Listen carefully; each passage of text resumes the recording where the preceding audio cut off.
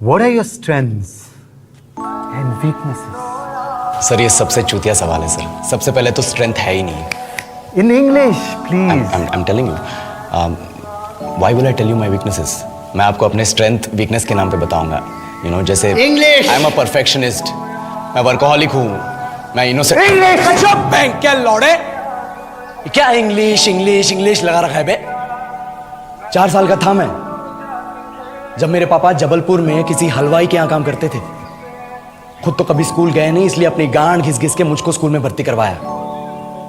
अब कहने के लिए तो वो इंग्लिश मीडियम स्कूल था, लेकिन साले हमारे टीचर लोग खुद हिंदी में बात करते थे। हमारे स्कूल के लड़के एक दूसरे से यो व्हाट्स अप डो ऐसे बात नहीं करते हैं। क्या भौंक रहा है तेरा लंडा आजकल है?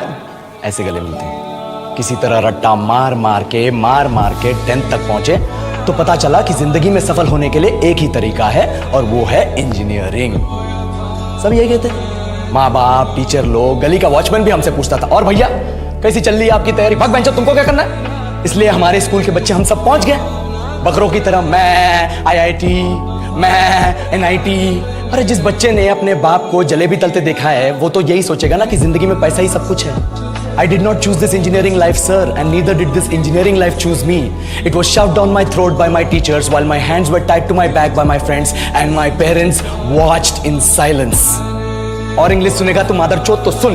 10th के बाद 2 साल लग गए इस कॉलेज में घुसने के लिए, कोचिंग में निकाल दिए। ना कुछ खेले ना कुछ सीखे, और 2 साल बाद जब यहाँ पहुंचे तो पता चला कि बड़े शहरों के कॉन्वेंट स्कूल के पढ़े बच्चे जब अंग्रेजी में बात करते हैं तो मरे हुए फूल भी खिल उठते हैं। हा हवा में ऑक्सीजन की मात्रा बढ़ जाती है इनकी अंग्रेजी सुन के। और पूरे कॉलेज की लड़कियां इन इंग्लिश स्पीकिंग लड़कों को अपना जीवन साथी .com मान चुकी है। तुझे क्या लगता है?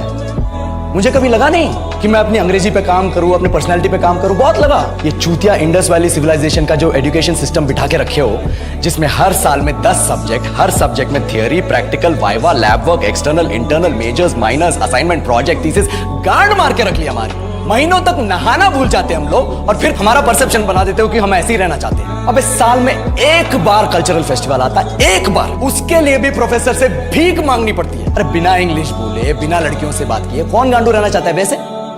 पर टाइम कहाँ है कुछ सीखने के लिए? लगे पड़े हैं कोडिंग सीखने, 3 लैंग्वेज सीख रहे हैं, अलग अलग इंग्लिश छोड़ के। लेकिन जब प्लेसमेंट्स की बात आई तो सबको एप्टीट्यूड चाहिए, पर्सनैलिटी चाहिए, इंग्लिश स्पीकिंग चाहिए। It is not that we cannot speak English, sir.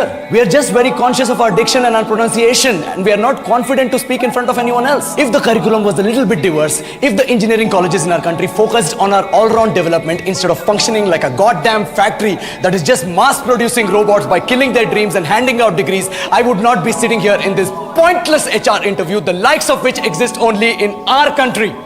Yellow, sir. बोल दिया मैंने 4 और लाइन अंग्रेजी में। अब बताइए, क्या मैं आपके मल्टीनेशनल कंपनी के लायक हूं? Do I have the potential to be a slave of your esteemed organisation?